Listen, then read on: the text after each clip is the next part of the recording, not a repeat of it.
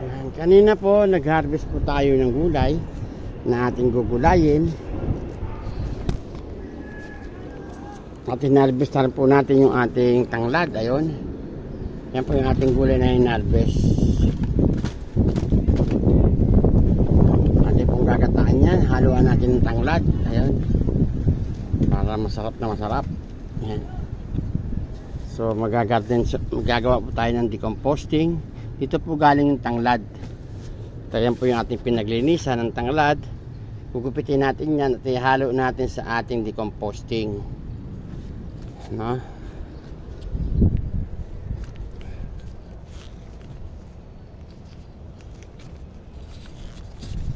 Ayusin lang natin to kasi gumagalaw. Ayan.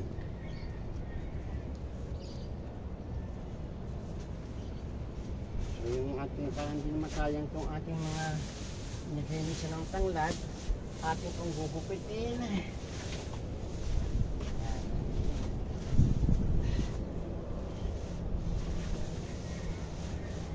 Ito po.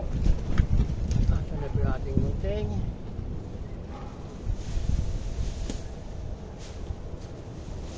Ito po yung ating mga ginunting na mamaya ihalo natin sa lupa para mag-decompose. Kasama yung ating hinalong mga gulay, yung mga hinakot natin mga gulay sa palengke. Halo-halo po natin yan. Sa mamayang hapon papapatuloy natin to. Gawa na napakainit na po. Pitin lamang natin ito para madali siya mag-decompose. Isang buwan lang po, puno na po siya at ang ating lupa ay garden soil na matapang-matapak na po. Ang paggawa po ng garden soil, halo-halong damo, salahib, natirang gulay, balat ng prutas, mga prutas tinapos sa palengke, hingin natin yung matira-tirang prutas. Nagaluwaluin po yung isang lalagyan pananglupa. After 1 month po, kung yung maganda ang pagkakatagad, pagkakahiwa ng mga prutas, isang buwan na po, lupa na po yan. Garden soil po yan.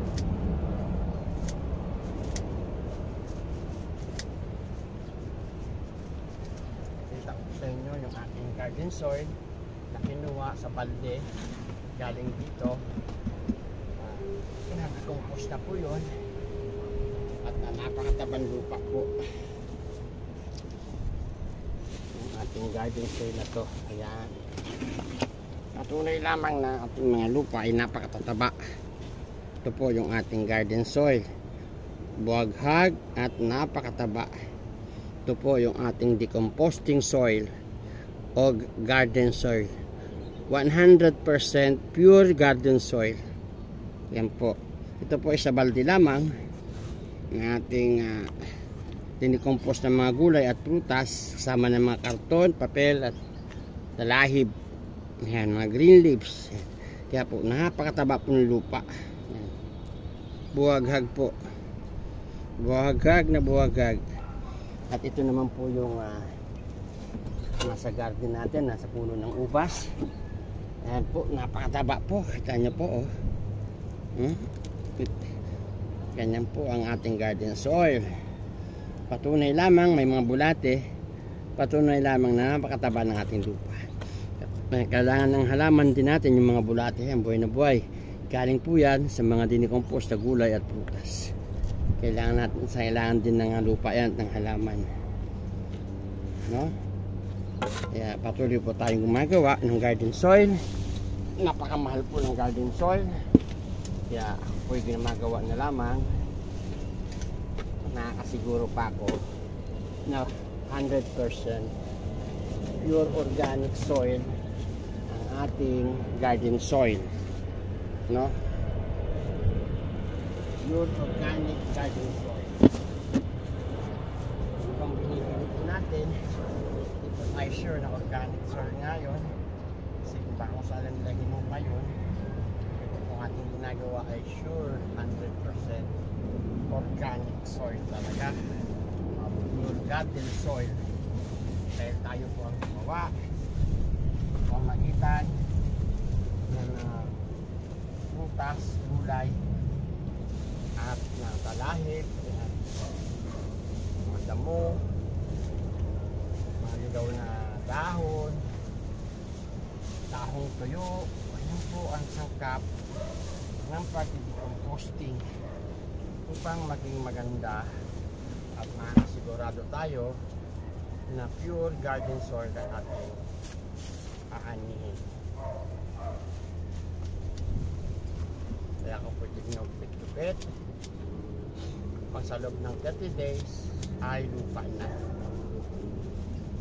Kung hindi natin itong matagal po, matitong po sa abuno tayo ng 4 buwan, 4 na buwan. Samantalang kung tagtsagaan natin gupitin, sa isang buwan ay garden soil na po ang ating pure 100% organic soil, garden soil ang ating. Hindi na po tayo bibili, ginagawa lamang po natin. Yan po ang ginagawa sa tuwing ako magtatalim ng panibagong tanim. Patatabayin ko po ang lupa, lalagyan ko ng mga dinagdag na gulay at prutas. At higit sa lahat, magawa rin po tayo ng ating fermented fruit juice, fermented fish juice na siyang ating ginagawang pang-spray at pandilig sa ating mga halaman. Kaya malusog, tansya, maraming bunga ng ating halaman.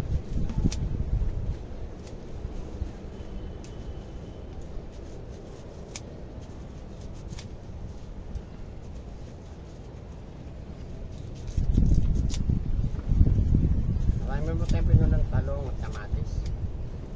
Tama-tama habang tayo decomposting, after 1 month, ipatanim na po yung ating mga pungkang kamatis, talong, at sili. Kaya inahanda ko po ito para tama-tama habang lumalaki ang ating pula, sa 1 month, ipatanim, handa na po yung ating paglilipatan. Siguro tayo na malusog ang ating lupa, masustansya kapagkat dinicompose natin ng mga gulay at prutas.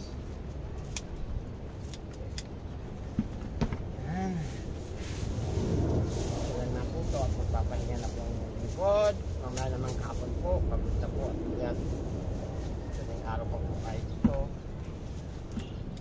Mamaya, pahinga naman. Apo, pag malilim na mga alas 4, pwede na po dito. Alas 3, malilim na po dito. Kasi ang araw po andun na po banda. Kapalubugan, araw, sunset. Pag ano na tayo dito mga alas 3 hanggang alas 5, tutuloy natin itong ating paggawa ng composting. Kasi maganda po ito, maulan-ulan, madali po mag-compose yung ating ginawang composting. Kasi laging malapagpasaan lupa, kaya madali po siyang matulog o mag-decompose. Natin dalang bibigyan pa. In 30 days po, garden soil na po ito. O, pinapit-pit po natin dyan. Ihahalo po natin nga sa ating paso dyan. Natin lalagay. Tatanim naman po kasi yan ng kamatis. At yung iba naman, tatanaman natin ng talong at sili. Pakikita ko sa inyo. Gano mamunga at lumaki ng malusog ang ating halaman dahil sa ating ginawang garden soil na decomposting.